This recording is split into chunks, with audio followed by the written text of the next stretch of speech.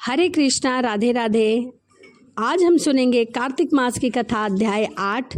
तो चलिए श्री हरि का ध्यान करते हुए कथा को सुनते हैं। जिसकी दया से सरस्वती भाव रही उपजाए, कार्तिक महात्म का कमल लिखे 8वां अध्याय।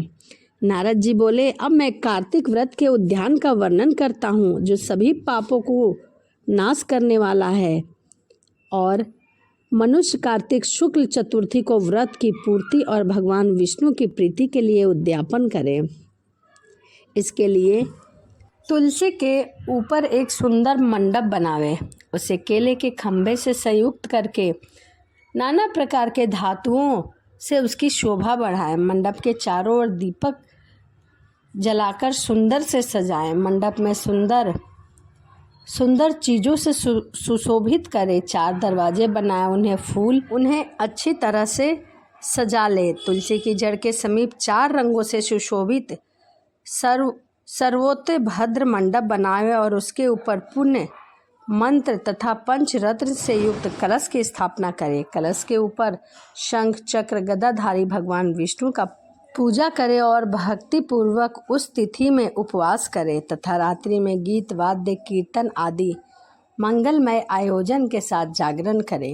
जो भगवान विष्णु के लिए जागरण करते समय भक्ति पूर्वक भगवान का गान करते हैं, वह सैकड़ों जन्म की पाप राशियों से मुक्त हो जाते हैं। जो मनुष्य भगवान के नियमित जागरण करके रात्रि भर भगवान का कीर्तन करते हैं, उनको असंख्य गोदान फल की प्राप्ति होती है। जो भगवान के सम्मुख बैठकर कीर्तन करते हैं और बंसी आदि बजाकर भगवत भक्तों को प्रसन्न करते हैं तथा भक्ति में रात्रि भर जागरण करते हैं, उन्हें करोड़ों तीर्थ करने का फल मिलता है। उसके बाद पूर्णमासी से एक सब पत्निक ब्राह्मण को निमंत्रण करे, प्रातःकाल स्नान और देव पूजन करे, वे वेदी पर अग्नि की स्थापना करे और भगवान के प्रीति के लिए तिल और खीर की आहुति दे। होम की शेष विधि पूरी करके भक्ति पूर्वक ब्राह्मणों का पूजा करे और यथाशक्ति दक्षिणा देकर उनसे क्षमा प्रार्थना करें। आप सब लोगों की अनुकंपा से मुझ पर भगवान सदैव प्रसन्न रहे। इस व्रत को करने से मेरे 7 जन्मों के किए हुए पाप नष्ट हो जाएं और मेरी संतान चिरंजीवी हो। इस पूजा के द्वारा मेरी सभी मनोकामना पूर्ण हो। मेरी मृत्यु के पश्चात मुझे अतिशय दुर्लभ विष्णु लोक की प्राप्ति हो। पूजा के समस्त वस्तुओं के साथ गाय भी गुरु को दान में दें। इसके पश्चात घर वालों और मित्रों के साथ स्वयं भोजन करें। भगवान द्वादशी तिथि को शयन से उठे, त्रयोदशी को देवताओं से मिले और चतुर्थी को सबने उनका दर्शन एवं पूजा किया। इसीलिए उस तिथि में भगवान की पूजा करनी चाहिए। गुरु की आज्ञा से भगवान विष्णु की स्वर्णमयी प्रतिमा का पूजा करें। इस पूर्णिमा को पुष्कर तीर्थ की यात्रा श्रेष्ठ मानी गई है। कार्तिक माह में इस दिन का पालन करना चाहिए। जो इस प्रकार कार्तिक के व्रत का पालन करते हैं वह धन्य और पूजनीय हैं। उन्हें उत्तम फल की प्राप्ति होती है। जो भगवान विष्णु की भक्ति से तत्पर हो कार्तिकेय में व्रत का पालन करते हैं, उनके शरीर में स्थित सभी पाप तत्काल नष्ट हो जाते हैं। जो श्रद्धापूर्वक कार्तिक के उद्यापन का महात्म सुनते हैं, दूसरों को सुनाते हैं, वह भगवान विष्णु के प्रिय हो जाते हैं। तो यह कार्तिक मास की कथा अध्याय 8 था। वीडियो आपको कैसी लगी कमेंट ज़रूर करिएगा। तो चलिए इसी के साथ वीडियो को यहीं समाप्त करते हैं और मिलते हैं अगली वीडियो में। राधे राधे, हरे कृष्णा। हरे कृष्णा, राधे राधे। आज हम सुनेंगे कार्तिक मास की कथा अध्याय 9। तो चलिए मन में श्री हरि का ध्यान करते हुए कथा को सुनते हैं। राजा पृथक ने कहा, हे मुनि श्रेष्ठ नारद जी, आपने कार्तिक माह में व्रत में जो तुलसी की जड़ में भगवान विष्णु का निवास बताया है, उस स्थान की मिट्टी की पूजा करना बताया है। अतः मैं श्री तुलसी जी के महात्म को सुनना चाहता हूँ। तुलसी जी कहाँ से और किस प्रकार उत्पन्न हुई, यह कृपया करके मुझे बताइए। नारद जी बोले, राजन, अब आप तुलसी जी की महिमा तथा उनके जन्म का प्राचीन इतिहास सुनो।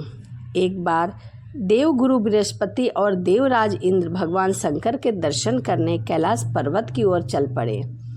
तब भगवान शंकर ने अपने भक्तों की परीक्षा लेने के लिए जटाधारी दिगंबर का रूप धारण कर उन दोनों के मार्ग में अवरोध उत्पन्न किया। यद्यपि वह तेजस्वी, शांत, लंबी भुजाएं और चौड़ी छाती वाले गौर वर्ण अपने विशाल नेत्रों से युक्त तथा सिर पर जटा धारण किए वैसे ही बैठे थे, उन भगवान शंकर को न पहचानकर इंद्र ने उनसे उनका नाम और धाम पूछ लिया। कहा कि क्या भगवान शंकर अपने स्थान पर है या फिर कहीं गए हुए हैं। इस पर तपस्वी रूप भगवान शिव कुछ नहीं बोले। इंद्र को अपने त्रिलोकीनाथ होने पर बहुत ही गर्व था। उसी अहंकार के प्रभाव से वह चुप किस प्रकार रह सकता था। उसने क्रोधित होते हुए उस तपस्वी को धुतकार कर कहा, अरे मैंने तुझसे कुछ पूछा है और तू उसका उत्तर भी नहीं देता। मैं अभी तुझ पर वज्र का प्रहार करता हूँ, फिर देखता हूँ कि कौन तुझ दुर्मति की रक्षा करता है। इस प्रकार कहकर जैसे ही इंद्र ने उस जटाधारी दिगंबर को मारने के लिए हाथ में वज्र लिया, वैसे ही भगवान शिव ने वज्र सहित इंद्र का हाथ तोड़कर स्तंभित कर दिया और विकराल नेत्र कर उन्हें देखा। उस समय ऐसा प्रतीक हो रहा था कि दिगंबर प्रज्वलित हो उठे हैं और वह अपने तेज से जल रहे हैं। भुजाएं स्तंभित होने के कारण इंद्र दुखित होने के साथ साथ अत्यंत कुपित भी हो गया, परंतु उस जटाधारी दिगंबर को प्रज्वलित देखकर बृहस्पति जी ने उन्हें भगवान शंकर जानकर प्रणाम किया और दंडवत होकर उनकी स्तुति करने लगे। बृहस्पति भगवान शंकर से कहने लगे, हे दीनानाथ, हे महादेव, आप अपने क्रोध को शांत कर लीजिए और इंद्र के इस अपराध को क्षमा कीजिए। बृहस्पति के ऐसे वचन सुनकर भगवान शंकर ने गंभीर वाणी में कहा, मैं अपने नेत्र से निकाले हुए क्रोध को किस प्रकार रोकूं। तब भगवान बृहस्पति ने कहा, भगवान आप अपना वत्सल्य नाम सार्थक करते हुए अपने भक्तों पर दया कीजिए। आप अपने इस तेज को अन्यत्र स्थापित कीजिए और इंद्र का उद्धार कीजिए। तब भगवान शंकर गुरु बृहस्पति से बोले कि मैं तुम्हारी स्तुति से प्रसन्न हूँ, तुम्हें इंद्र को जीवन दान दिलवाया है। मुझे विश्वास है कि मेरे नेत्रों की अग्नि अब इंद्र को पीड़ित नहीं करेगी। बृहस्पति से इस प्रकार कहकर भगवान शिव ने अपने मस्तक से निकाले हुए अग्निमय तेज को अपने हाथों में ले लिया और फिर उसे क्षीर सागर में डाल दिया। इसके पश्चात भगवान शंकर वहाँ से अंतराध हो गए। इस प्रकार जिसको जो जानने की कामना थी उसे जानकर इंद्र तथा बृहस्पति अपने अपने स्थान को चले गए। तो यह कार्तिक मास की कथा अध्याय 9 था। इसी के साथ वीडियो को यहीं समाप्त करते हैं और मिलते हैं अगली वीडियो में। वीडियो आपको अच्छी लगी हो तो चैनल को सब्सक्राइब, लाइक और कमेंट करना ना भूलें। तो चलिए मिलते हैं अगली वीडियो में। हरे कृष्णा, राधे राधे।